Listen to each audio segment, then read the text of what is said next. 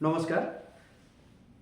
বর্তমান সামাজিক জীবনে আমরা দেখতে পাই পিতামাতা তাদের সন্তানদের প্রতিষ্ঠিত করার জন্য অক্লান্ত পরিশ্রম করে চলেছেন। নিরলসভাবে তারা সন্তানকে জীবনে প্রতিষ্ঠিত করার জন্য এমন কোনো চেষ্টা বাকি রাখেন না যে বলতে পারে যে হ্যাঁ, কোনো সন্তান যে তার মা বাবা তার জীবনে প্রতিষ্ঠিত করার জন্য কোনো চেষ্টা করেনি। অথচ এই সন্তানরাই যখন জীবনে প্রতিষ্ঠিত হয়ে উঁচু চাকরি করে, উচ্চ পোস্টে চাকরি করে, তখন সেই মাতা পিতাকে হয়তো আমরা কখনো শুনতে পাই বৃদ্ধাশ্রমে পাঠিয়ে দিয়েছেন, কিংবা অনেক সময় আমরা খবরের কাগজে দেখি যে কোনো সন্তান তার বৃদ্ধ মা বাবাকে মেলায় ফেলে তারা বাড়ি ফিরে আসছেন। তারা একবারও তখন চিন্তা করেন না যে হ্যাঁ, এই মা বাবাই তাদের জীবনে প্রতিষ্ঠিত হওয়ার জন্য অক্লান্ত পরিশ্রম করেছিলেন। বর্তমান সমাজের এই পরিস্থিতি নিয়েই আজ আমি একখানি কবিতা পাঠ করছি। কবি শুভ দাশগুপ্ত রচিত কবিতা জন্মদিন। আজ পয়লা শ্রাবণ, খোকন আজ তোর জন্মদিন। তুই যখন জন্মেছিলি আমরা তখন যাদবপুরের নতুন গড়ে ওঠা কলোনির টালির ঘরে। তোর স্কুল মাস্টার বাবা সেই হ্যারিকেনের আলো জ্বলা ঘরে আনন্দে আর খুশিতে ছলমলে হয়ে উঠেছিলেন তুই আসার পর। তোর নাম রেখেছিলেন সুকল্যাণ। মানুষটার মনটা ছিল একেবারে শিশুর মতন। অভাবে অনটনে বেঁচে থাকার নানা দুর্বিপাকেও ভেঙে পড়তেন না কখনো। সকলের ভালো চাইতেন মন থেকে। বলতেন, দেখো একদিন এই দেশের মানুষ ঠিক মুক্তি পাবে, অশিক্ষা থেকে, দারিদ্র্য থেকে, শোষণ থেকে মুক্তি। আজ পয়লা শ্রাবণ, খোকন আজ তোর জন্মদিন। তোর মনে আছে আমাদের ভাঙা ঘরে মেঝেতে বাক্স থেকে বার করা মেঝোমাসির হাতে তৈরি আসনটা পেতে দিতাম, সামনে রাখতাম ঠাকুরের আসনের প্রদীপখানা।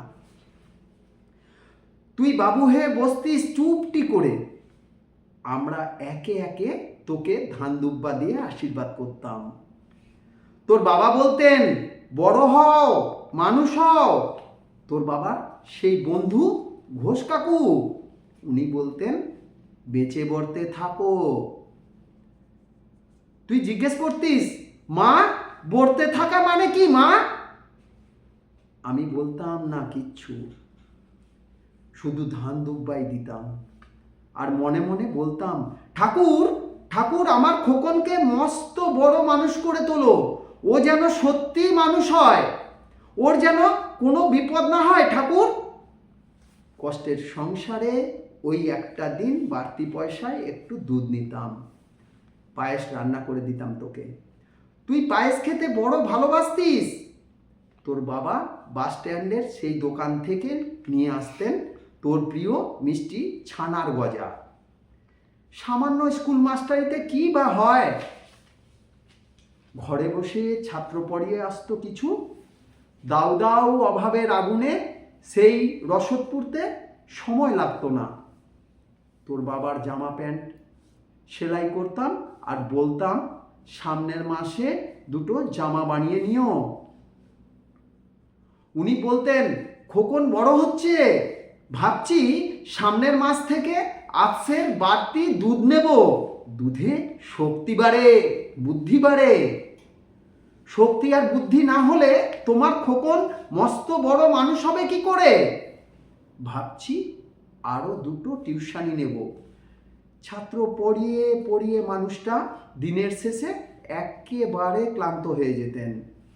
রাতের অন্ধকারে তখন উঠোনের ধার ঘেঁষে জোনাকির ব্যস্ততা, আর ঘরে তোর পড়া মুখস্থ করার একটানা সুর আমাদের কলোনির ভাঙাচোরা ঘরটাকে একেবারে জীবন্ত করে তুলত। তখন মাঝে মাঝে উনি বলতেন, তোমার শরীরটা দিন দিন বড় ভেঙে পড়ছে, খাওয়া দাওয়া একটু করো। শাড়িটাও তো দেখছি বেশ ছিঁড়েছে, কালই আমি ফেরার পথে একটা শাড়ি নিয়ে আসব, ধারেই আনবো। আমি বলতাম, সামনে খোকনের উঁচু ক্লাস, কত বইপত্র কিনতে হবে, কত খরচ। উনি দীর্ঘশ্বাস ফেলে চুপ করে যেতেন। জোনাকিরা অদৃশ্য আলোর আলপনা আঁকত উঠোনের আগাছার ঝোপে। আবহ সঙ্গীতের মতো তুই ঘরে বসে পড়া মুখস্থ করতিস, ইতিহাস, ভূগোল, গ্রামার। ঈশ্বর আমাদের নিরাশ করেনি। তুই কত বড় হলি, সব পরীক্ষায় কত ভালো ফল হলো তোর। তোর বাবা বললেন, আরও পড়ো, উচ্চশিক্ষাই উচ্চ সম্মান অর্জনের একমাত্র পথ। তুই আরও পড়লি, কত বড় চাকরি হলো তোর। তোর মনে আছে খোকন, প্রথম মাসের মাইনে পেয়ে তুই আমাদের জন্য কত কি কিনে এনেছিলি? আমরা তখন তো চলে এসেছি শ্যামবাজারে, তোর দু কামরার সাজানো গোছানো বেশ বড় ফ্ল্যাটে। অফিস থেকেই তো দিয়েছিল। সেই ঘর, সেই বারান্দা, কত স্মৃতি, কত ছবি। সেই বাড়িতেই আশ্বিনের এক ঝোড়ো বিকেলে তোর বাবা যেদিন চলে গেলেন, তুই বাবার বুকের উপর পড়ে কাঁদছিলি হাপুস নয়নে। আর সত্য স্বামীহারা আমি সেদিন তোর সেই অসহায় মুখ দেখে আরও ভেঙে পড়েছিলাম। তোকে বুকে টেনে নিয়েছিলাম ছোটবেলার মতো, বলেছিলাম, কাঁদিস না খোকন, আমি তো আছি। আজ পয়লা শ্রাবণ, কলকাতা থেকে অনেক দূরে মফস্বলের এক বৃদ্ধাশ্রমে আমি একেবারে একা খোকন। তোকে বড্ড দেখতে ইচ্ছা করছে রে, তোকে, বৌমাকে আর ছোট্ট বিল্টুকে। তোরা নিশ্চয়ই এখন সল্টলেকের মার্বেল বসানো সেই ঝকঝকে ফ্ল্যাটে। তোর বাড়িতে নিশ্চয়ই আজ খুব বড় পার্টি হচ্ছে, তাই না রে খোকন? অনেক লোকজন, হইচই, খাওয়া দাওয়া, খুব ভালো, খুব ভালো। আমার মনে পড়ছে যাদবপুরের ভাঙা ঘরে রাত্রিরে তুই আমার পাশে শুয়ে মাঝে মধ্যে হঠাৎ খুব ভয় পেয়ে জড়িয়ে ধরতিস তুই আমাকে।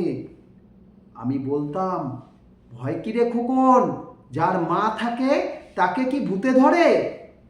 তুই নিশ্চিন্ত হয়ে ঘুমিয়ে পড়তিস আমার বুক জুড়ে। তোর আধুনিক সংসারে এই বুড়িটার একটু ঠাঁই হলো না রে। প্রতিমাও তো মা, ওরও তো আছে আমার এই খোকনের মতো কোল আলো করা চাঁদের টুকরো। কিন্তু সময়ের কি আশ্চর্য পরিবর্তন। তুই বুঝি এখন আর পায়েস খাস না? না রে খোকন, তুই জানিস না খোকন, আজ সকালে আমি পায়েস রান্না করেছি। হ্যাঁ, তোরই পাঠানো টাকায় সারাদিন সেই পায়েসের বাটির সামনে নিয়ে বসে আছি রে। এখানে এই বৃদ্ধাশ্রমে আমার একলা ঘরে আর কেউ নেই খোকন।